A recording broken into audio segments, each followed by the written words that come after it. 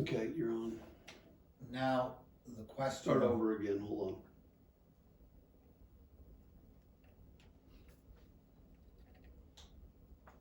on. Okay. Now, the question of whether or not Julia is a bodhisattva has come up. And a bodhisattva, to reiterate, is a being who's come from the other side, from the divine, to help us reach enlightenment. So is she or isn't she? First of all, we didn't know what a bodhisattva was. We've told some people about, her dreams of coming here and being aware of her life before this and making the decision to come here to help people reach enlightenment.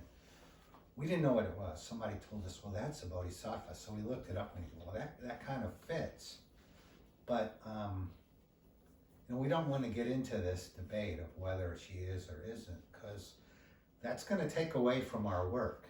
And it can get controversial. So you can believe it, you cannot believe it. We think she is, but if she isn't, that's fine too.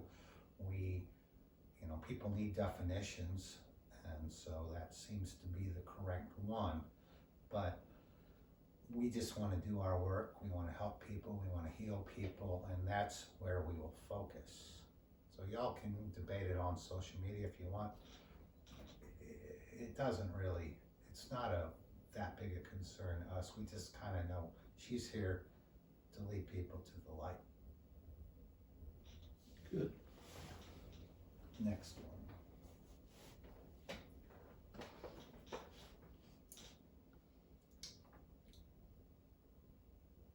Now, does Julia heal people? Well, she says, what Julia says is, it's not me healing, it's God healing. I'm just the vessel. The divine, the energy comes through me to help you. But she doesn't consider herself divine, she just considers the connection she makes divine. And in the end, it flows through her. She's the vessel, she's the portal, she's the conduit to the divine. And she's been gifted with that, and one of the things she can do is she can bring those energies to you through her art and jewelry.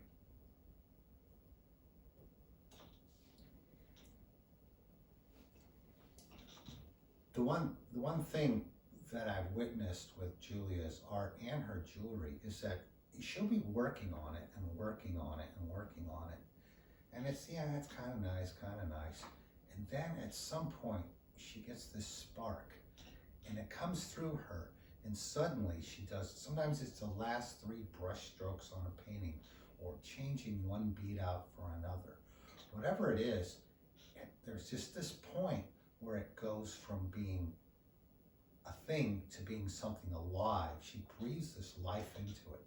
And that's what channeling does. It brings that energy to it. It brings life to the paintings, to the jewelry. I remember one time she was working with Kim, who taught Julia a lot about making jewelry. And Julie just seemed to be able to pull things together in such a way that was so unusual and so powerful that you look at it and you're like, wow, that's just beautiful. And beauty has, she says, beauty has its own energy, its own vibrance, its own vibration that affects you in a deep and moving way. So Kim says, you're just magic, Julia. Do you have anything in your notes about her effects of customers and the fairy and all that stuff? Not yet. Because she can't talk about